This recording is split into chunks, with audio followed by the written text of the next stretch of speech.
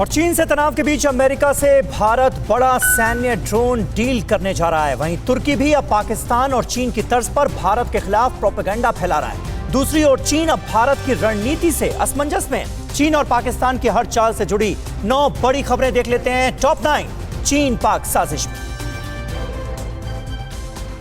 चीनी सरकार के मुखपत्र ग्लोबल टाइम्स ने कहा है कि भारतीय सरकार पर घरेलू दबाव है, जिसकी वजह से वो बॉर्डर पर तनाव खत्म करने के लिए आसानी से कोई समझौता नहीं करेंगे। ग्लोबल टाइम्स में कहा गया है कि मौजूदा परिस्थिति 1962 में भारतीय चीन के सीमा विवाद जैसी ही है।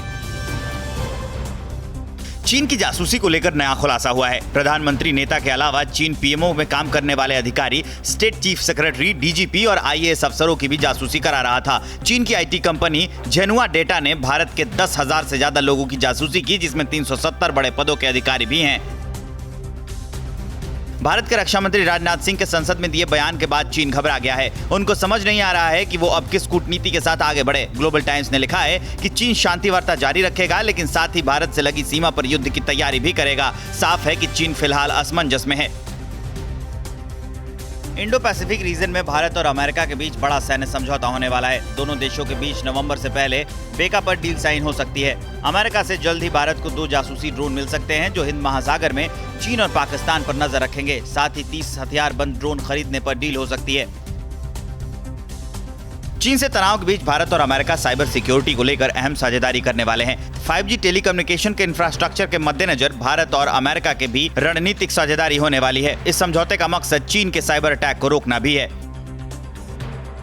अरुणाचल प्रदेश के पास चीन की सेना का बड़ा मूवमेंट देखा गया है। अरुणाचल प्रदेश में एलएसी के उस पार चीन ने बड़ी तादाद में सेना की तैनाती की है। सूत्रों के मुताबिक असफिला, तूतिंग और फिश टेल 2 एरिया वाले इलाके में चीनी सैनिकों की हरकत देखी जा रही है, जो कि एलएसी से सिर्फ 20 किलोमीटर दूर है। हालात को देखते हुए भारतीय सेना हाई अलर्ट पर है।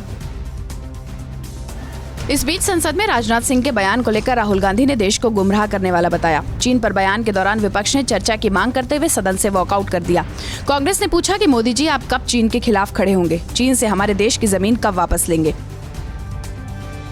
पाकिस्तान और चीन के नक्शे कदम पर चलते हुए अब तुर्की भी भारत की छवि खराब करने की साजिश कर रहा है। तुर्की मीडिया के मुताबिक तुर्की अब भारत से बाहर गए कश्मीर के मासूम लोगों को भड़काने में जुटा है और ये झूठ फैलाना चाहता है कि कश्मीरियों के साथ ज्यादती हो रही है। तुर्की के इस प्रोपेगेंडा में पाकिस्तान के पत्रकारों का भी इस्तेमाल किया जा रहा है।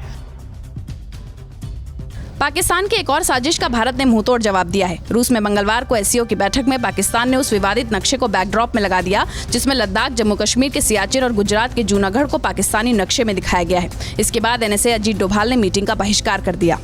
न्यूज़ टॉप 9 रोज सुबह 7 बजे और शाम 7 बजे सिर्फ TV9 भारतवर्ष पर।